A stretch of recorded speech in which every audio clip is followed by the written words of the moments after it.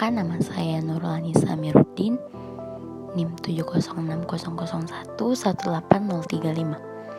Program Studi Pendidikan Dr. UIN Alauddin Makassar.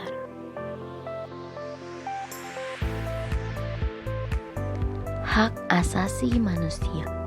Secara hukum, penggunaan istilah HAM di Indonesia diatur oleh Undang-Undang 1945 dan Undang-Undang Nomor 39 Tahun 1999 tentang HAM, yang merupakan seperangkat hak yang melekat pada hakikat keberadaan manusia sebagai makhluk Tuhan, dan merupakan anugerah yang wajib dihormati, dijunjung tinggi, dilindungi negara, hukum, pemerintah, dan tiap orang, demi kehormatan, harkat, dan martabat manusia.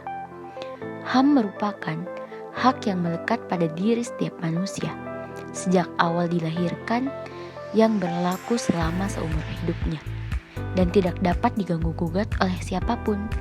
Sebagai warga negara, menjunjung tinggi nilai HAM tanpa membeda-bedakan status, golongan, keturunan, jabatan, dan lain-lain.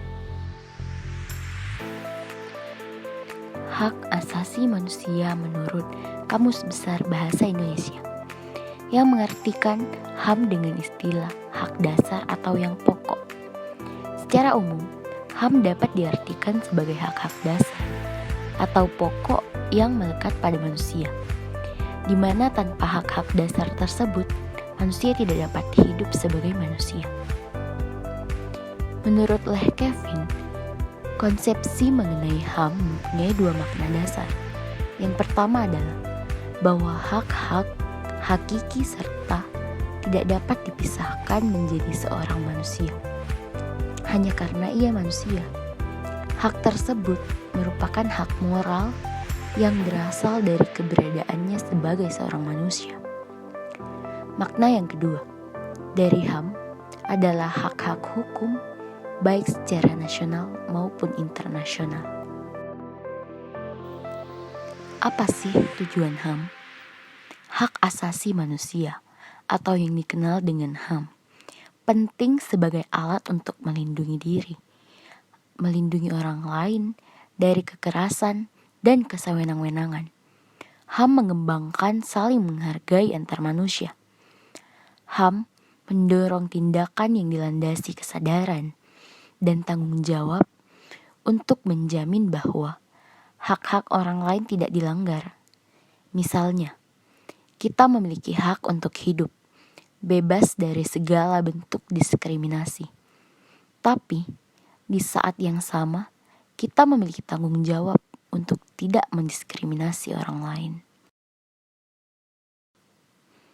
Macam-macam HAM. Pertama, hak asasi pribadi merupakan hak yang dimiliki oleh masing-masing orang, yaitu hak yang mencakup kebebasan dalam menyatakan pendapat, kebebasan dalam memeluk agama, kebebasan dalam bergerak, kebebasan aktif dalam setiap organisasi. Sebagai contohnya, pada gambar pertama, seseorang berhak untuk menyatakan pendapat dalam sebuah forum. Pada gambar kedua, seseorang berhak memeluk agama bagi dirinya masing-masing. Macam HAM yang kedua, hak kolektif. Masyarakat yang hanya dapat dinikmati bersama orang lain, seperti hak penentuan nasib sendiri, hak memperoleh ganti rugi atas kebebasan yang dilanggar, seperti pada gambar, seseorang dapat menentukan nasib dirinya sendiri. Macam HAM yang ketiga, hak sipil dan politik. Hak sipil dan politik memuat tentang hak-hak yang telah ada dalam perundang-undangan Indonesia, seperti hak atas penentuan nasib sendiri, hak atas hidup, hak atas kebebasan dan keamanan pribadi, hak atas kebebasan berpikir, berkeyakinan, dan beragama, hak yang sama bagi perempuan dan laki-laki untuk menikmati hak dan hak politik. Hak seseorang untuk diberitahu alasan-alasan pada saat penangkapan, persamaan hak dan tanggung jawab antara suami istri. Hak atas kebebasan berekspresi. Contohnya, seseorang dapat memilih wakil presiden dan presidennya sendiri. Macam HAM yang keempat, hak ekonomi, sosial, dan budaya. Memuat hak untuk menikmati kebebasan dari rasa ketakutan dan kemiskinan. Larangan atas diskriminasi ras, warna kulit, jenis kelamin, agama, persamaan hak antara laki-laki dan perempuan untuk menikmati ekonomi, sosial, dan budaya. Hak untuk mendapatkan pekerjaan, hak untuk memperoleh upah yang adil bagi buruh laki-laki dan perempuan, hak untuk membentuk serikat tani, hak atas pendidikan, hak untuk bebas dan kelaparan. Adapun contohnya, seseorang dapat menentukan pekerjaan yang layak bagi dirinya masing-masing. Bagaimana dengan HAM di Indonesia? Hak asasi manusia di Indonesia bersumber dan muara pada Pancasila, yaitu hak asasi manusia mendapat jaminan kuat dari falsafah bangsa, yakni Pancasila. Bermuara pada Pancasila dimaksudkan bahwa pelaksanaan HAM harus memperhatikan garis-garis yang telah ditentukan dalam ketentuan falsafah Pancasila. Bagi bangsa Indonesia, melaksanakan HAM bukan berarti melaksanakan dengan sebebas-bebasnya, melainkan harus memperhatikan ketentuan-ketentuan yang terkandung dalam pandangan hidup bangsa Indonesia, yaitu Pancasila. Hal ini disebabkan pada dasarnya memang tidak ada hak yang dapat dilaksanakan secara mutlak tanpa memperhatikan hak orang lain. Garis-garis HAM yang telah ditentukan di dalam Pancasila. Yang pertama, hak asasi pribadi. Yang kedua, hak asasi ekonomi, hak asasi politik, hak asasi untuk mendapatkan perlakuan yang sama dalam hukum dan pemerintah, hak asasi sosial dan kebudayaan, hak asasi untuk mendapatkan perlakuan, tata cara, peradilan, dan perlindungan.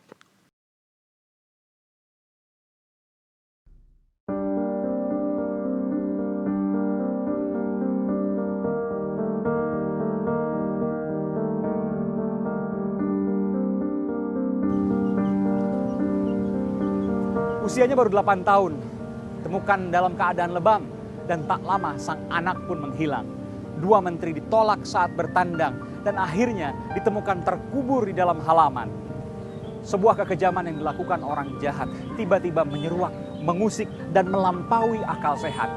Kasus ini akan menjadi sejarah yang tertulis dalam catatan negeri. Saudara, saya Aiman Wicaksono, saya berada di Bali, dan saya akan telusuri. Saudara, inilah terkubur di taman belakang.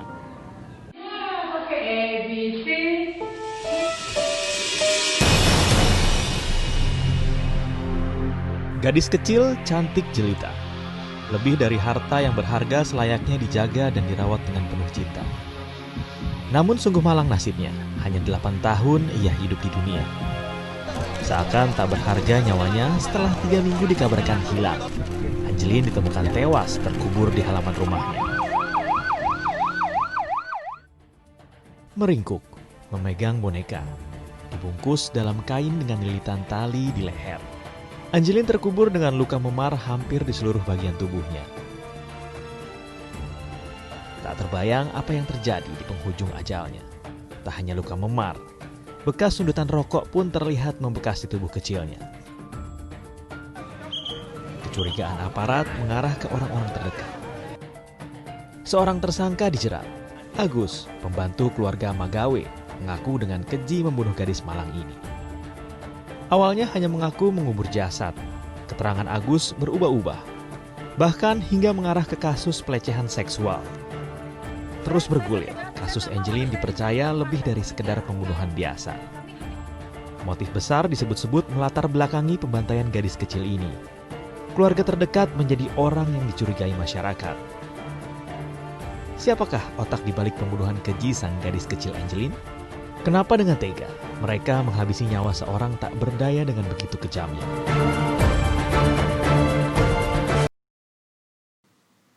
Dalam pembukaan Undang-Undang Dasar 1945, kemerdekaan adalah hak setiap bangsa yang masuk dalam pasal 21. Yang pertama, hak dan kewajiban yang sama di hadapan hukum. 2. Hak atas pekerjaan dan penghidupan yang layak bagi kemanusiaan. Pasal 28. Hak atas berpikir, mengemukakan pendapat. Pasal 29. Kebebasan dalam beragama dan beribadah. Pasal 30. Hak dan kewajiban membela negara. Pasal 31. Hak mendapatkan pengajaran yang baik. Instrumen Internasional HAM. Deklarasi Universal HAM yang dibentuk oleh Majelis Umum PBB tahun 1948 merupakan skema paling jelas yang ada mengenai apa yang dipandang komunitas internasional sebagai hak-hak dasar manusia yang sesungguhnya, yang dimiliki oleh semua manusia di muka bumi ini, karena mereka adalah manusia. Deklarasi adalah suatu pernyataan prinsip atas dasar dorongan moral, namun kurang memiliki dorongan hukum. Dua perjanjian ini disebut International Covenant on Civil and Politic Rights dan International Covenant on Economic, Social, and Cultural Rights. Negara mengesahkan suatu perjanjian hak asasi manusia dikenal sebagai State Party atau Parti Negara. Untuk perjanjian tersebut, setiap negara peserta harus memberikan laporan secara periodik kepada komite yang dibentuk oleh PBB untuk mengawasi ketaatan negara seperti terhadap ketentuan-ketentuan dalam perjanjian.